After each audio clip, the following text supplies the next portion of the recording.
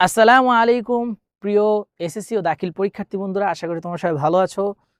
তো তোমরা অনেকেই সারাংশ এবং সারমর্মে লেখার যে কৌশলটা সেটা অনেকেই জানো না, এবং কিভাবে লিখলে 10-এ 10 পেতে হয় সেটাও তোমরা অনেকে ওইভাবে লিখতে পারো না। তো আজকে তোমাদেরকে আমি দেখাবো কিভাবে সারাংশ এবং সারমর্ম যদি তুমি লেখো এবং এই প্যাটার্ন বা এই কৌশলগুলো যদি অনুসরণ করো, ইনশাল্লাহ সারাংশ এবং সারমর্মে তুমি 10-এ 10 পাবা, তুমি 10-এ 10 পাবা। দেখো,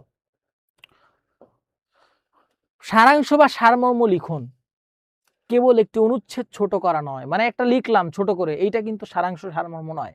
তাহলে কি, বরং মূল ভাবটিকে কতটা স্পষ্টভাবে এবং অল্প কথায় উপস্থাপন করা যায়। দেখো, একটা প্যারা বা একটা অনুচ্ছেদের মূল যে টপিক, মানে মূল কথা, সেটাই হলো সারাংশ, সারের অংশ বা সারমর্ম। এটার মর্মটা কি ওইটা তুমি লিখতে হয়। তাহলে এটা কি, অবশ্যই তোমার এখানে মূল ভাবটাকে তুলে ধরতে হবে, মূল ভাবটাকে উপস্থাপন করতে হবে এবং স্পষ্টভাবে সেটাকে উল্লেখ করতে হবে অল্প কথায়। সেটি আসল 10-এ 10 পাওয়ার নিচের কিছু কৌশলগুলো দেখো। মূল পাঠটি মনোযোগ দিয়ে পড়া। তোমার কমন পড়ে নাই, তুমি সারাংশ সারমর্ম কমন পড়ে নাই, কিভাবে লিখবা? তখন সারাংশ লেখার আগে প্রদত্ত অনুচ্ছেদটি অন্তত 2-3 বার পড়ে নাও। মানে হলো যে 2-3 বার এটা পড়বা, যেটা কি বুঝাইছে, মূলত বুঝাইছে কি, লেখক আসলে কি বোঝাতে চেয়েছেন তা বোঝার চেষ্টা করো। পড়ার সময় গুরুত্বপূর্ণ শব্দ বা বাক্যগুলো নিচে দাগ দিতে পারো। ধরো একটা বাক্য তোমার অপরিচিত বা বাক্যগুলো গুরুত্বপূর্ণ, তুমি এটা নিচে দাগ দাও যে হ্যাঁ, এই বাক্য থেকে এটাকে ব্যাখ্যা করতে হবে খুব সংক্ষিপ্ত আকারে। আবার দেখো না, আবার এটা করো না যে সারাংশ বা সারমর্ম লিখতে দিচ্ছি, তোমার ওইটার থেকে বড় হয়ে গেছে।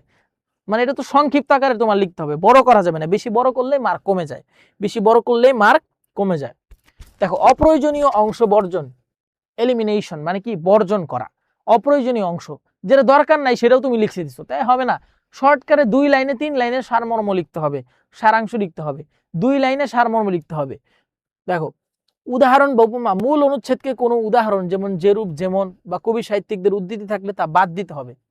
তোমরা ভাবো যে সারাংশ সারমর্মে মনে হয় কবি সাহিত্যিকদের উক্তি দিলে আরো ভালো নাম্বার দিবে, না, ওইটা বাদ দিয়ে দিতে হবে। কবি সাহিত্যিকদের কোনো উক্তি দেওয়া যাবে না, সংক্ষেপে লিখতে হবে যে এইটা দ্বারা এটা বুঝাইছে বা এটা বুঝতে পারছি, এরকম সংক্ষিপ্ত আকারে।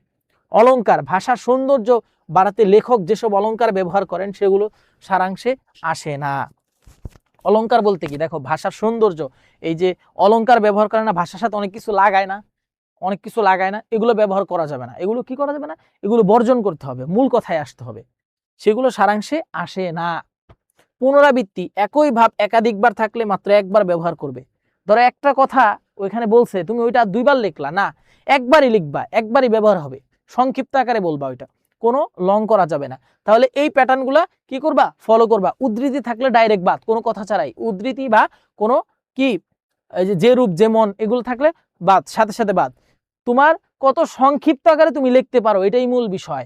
সংক্ষেপে তুমি কিভাবে প্রকাশ করতে পারো, এটাই হলো সারাংশ এবং সারমর্মের মূল উপপাদ্য বা মূল বিষয়, যে কত সংক্ষিপ্ত আকারে তুমি প্রেজেন্ট করতে পারো পরীক্ষকের সামনে বা খাতার মধ্যে, কত সংক্ষিপ্ত আকারে প্রেজেন্ট করতে পারো, এটাই হলো সারাংশ বা সারমর্মের মূল জিনিস। আচ্ছা, এটা মনে হয় 2 বার চলে আসছে। আচ্ছা, অপ্রয়োজনীয়।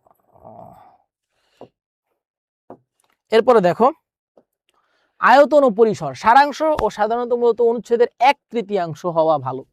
3 ভাগের 1 ভাগ লিখতে হবে।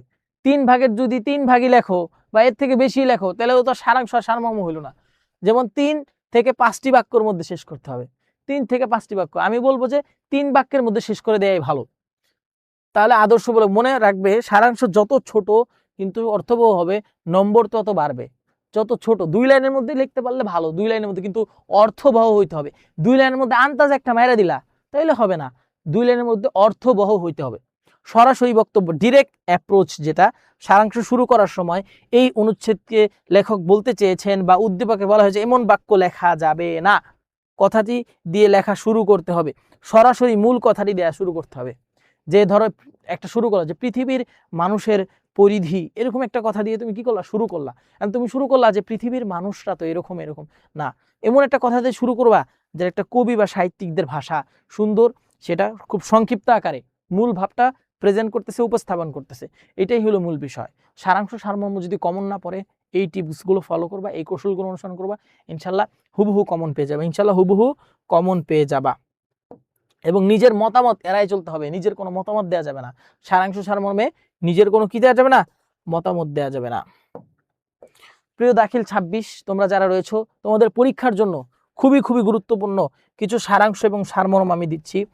এই যে খুবই খুবই গুরুত্বপূর্ণ, খুবই খুবই গুরুত্বপূর্ণ, খুবই খুবই গুরুত্বপূর্ণ, মানুষের মূল্য কোথায়, এটা খুবই গুরুত্বপূর্ণ, খুবই গুরুত্বপূর্ণ।